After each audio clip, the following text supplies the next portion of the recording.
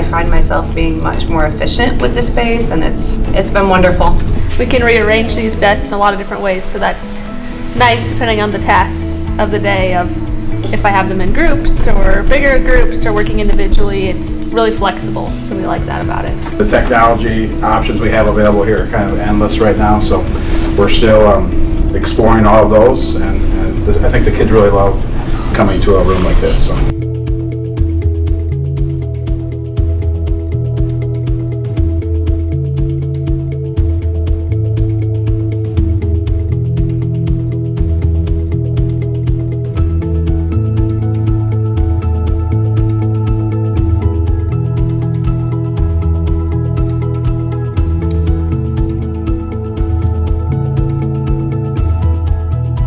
Passing a bond issue is no easy task, and your support of this school district and the students who are served by it shines through. So to all of you, welcome to your new home. I sincerely hope these facilities have given you all something to be proud of, and I can't wait for our students to put them to use.